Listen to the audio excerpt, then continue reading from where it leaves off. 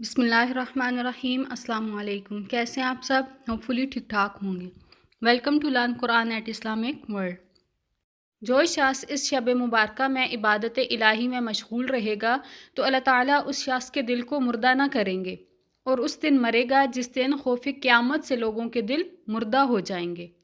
جو کوئی 27ویں رجب کو شب بیداری کرے گا اس کی قبر فراخ ہوگی، 70 دروازے جنت کے اس کے لیے کھول دیے جائیں گے۔ حضرت سلمان فارسی رضی اللہ تعالیٰ عنہ کا قول ہے کہ نبی اکرم صلی اللہ علیہ وآلہ وسلم نے فرمایا کہ جو شخص اس رات عبادت کرے گا اور اگلے دن روزہ رکھے گا تو اللہ تعالیٰ اس شخص کے نامہ اعمال میں 100 برس کی عبادت اور 100 برس کے روزوں کا ثواب لکھے گا۔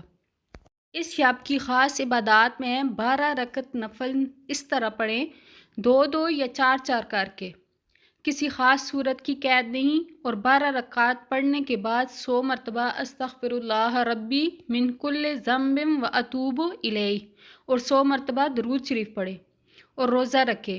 جو شخص یہ کرے گا جو چاہے گا وہ پائے گا، اس کے نامہ اعمال میں ہر رکعت کے بدلے حج اور عمرہ کا ثواب لکھا جائے گا اور اس کے 12 برس کے گناہ معاف ہو جائیں گے اور جنت پائے گا۔ حضرت محمد صلی اللہ علیہ وآلہ وسلم نے فرمایا کہ جو شخص اس رات 6 رکعت نماز نفل ادا کرے گا، ہر رکعت میں بعد سورہ فاتحہ سورہ اخلاص 7 مرتبہ پڑھے تو اللہ تعالیٰ اس شخص کو بخش دے گا اور ہر رکعت کے بدلے 27 برس کی عبادت کا ثواب ملے گا اور وہ جنت میں جائے گا۔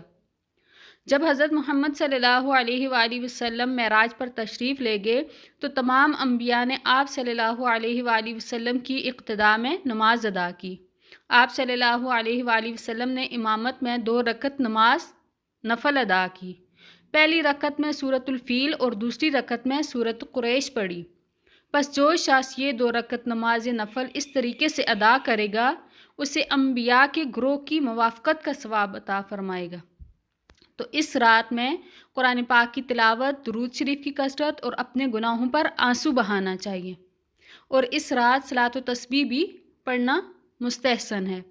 اللہ تعالی ہم سب کو اس مبارک رات میں عبادت کرنے کی توفیق عطا فرمائے اور اس رات کی خصوصی برکات سے نوازے، آمین۔